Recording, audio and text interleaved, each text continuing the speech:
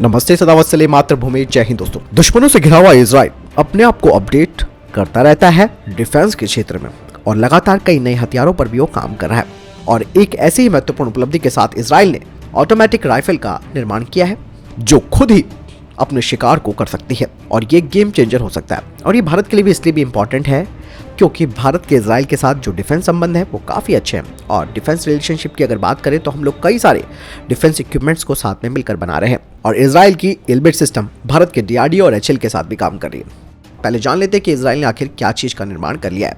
Israel ने एक ऐसी राइफल बना ली है जो कि दुश्मन के सैनिकों के दौड़ते समय ही उनको खुद ही पहचान कर सकेगी, यानी कि उनको ट्रैक कर सकती है। यही नहीं, ये राइफल आर्टिफिशियल इंटेलिजेंस की मदद से निशाना लगाकर अपने दुश्मन का काम तमाम भी कर देगी।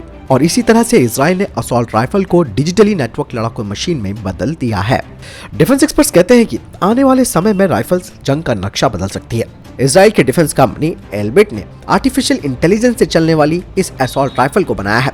इसका नाम आर्कस वेपन सिस्टम रखा गया है, जो दुश्मनों के दौड़ते समय ही उनकी पहचान कर लेगी और निशाना लगाकर उन पर वार कर देगी। कहा जा रहा है कि इस बेजोड़ क्षमता की वजह से ये राइफल आने वाले समय में शहरी युद्ध के दौरान एक महत्वपूर्ण हथियार साबित होगी।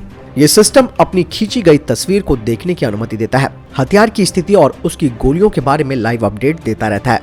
इसकी तस्वीरें हेलमेट से लगे कैमरे में दिखाई देती है, जिससे सैनिक के लिए जंग के दौरान फैसला करना आसान हो जाता है। एल्बिट का कहना है कि आर्कस एक तरह से सैनिकों के स्मार्टफोन की तरह है। इसे किसी भी सामान्य असॉल्ट राइफल में लगाया जा सकता है, जैसे कि M16 या फिर इजरायली टवोर राइफल। इसके लिए आर्टिफिशियल इंटेलिजेंस से संचालित कंप्यूटर को राइफल में लगाया जाता है। इसमें कई अत्याधुनिक सॉफ्टवेयर का इस्तेमाल किया गया है, जिससे उसे चलाना आसान हो जाए।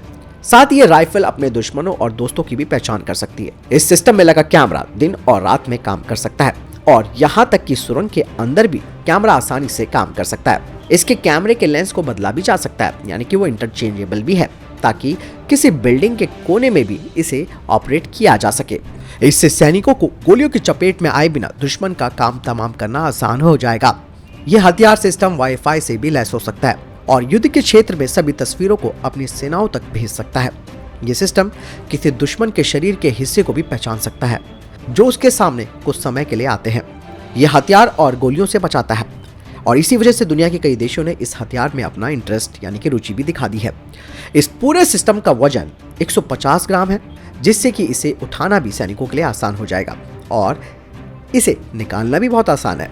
और ये भारतीय सैनिकों के लिए भी एक बहुत कारगर हथियार होने वाला है, क्योंकि इसकी सबसे बड़ी बात यह है कि भारतीय सैनिक इनका इस्तेमाल जम्मू कश्मीर में जो ऑपरेशंस किए जाते हैं आतंकियों के खिलाफ, उसमें इस्तेमाल कर सकते हैं। और सबसे बड़ी बात यह है कि इसमें सैनिकों की जान का खतरा बहुत कम हो जाता है, क्योंकि इसमें लगे कैमरा और सेंसर्स दुश्मन की तमाम जानकारी सैनिक के हेलमेट में ट्रांसफर कर देते हैं, ताकि सैनिक अपने हिसाब से उनका काउंटर कर सके। दोस्तों, जैसे कि मैंने कहा कि एल्बिट सिस्टम के साथ भारत के कई सारे रक्षा समझौते हो रखे हैं, जिसमें कि कई चीजों पर तकनीकी हस्तांतरण भी शामिल है। और ऐसे में भारत अगर इस सिस्टम को मेक इन इंडिया प्रोसेस से बनाता है तो ये बहुत ही जबरदस्त उपलब्धि होगी भारत के लिए भी। और ये पूरा सिस्टम 150 ग्राम का है, तो आप समझ सकते हैं कि इसे आसानी से किसी भी राइफल में लगाया जा सकता है। आपको क्या लगता है इस पूरे सिनेरियो के बारे में? कमेंट सेक्शन में लिखकर जरूर बताएं। मिलता हूं नई वीडियो के साथ, ख्याल रखिएगा अपना। नमस्कार, जय हिंद, वंदे मातरम।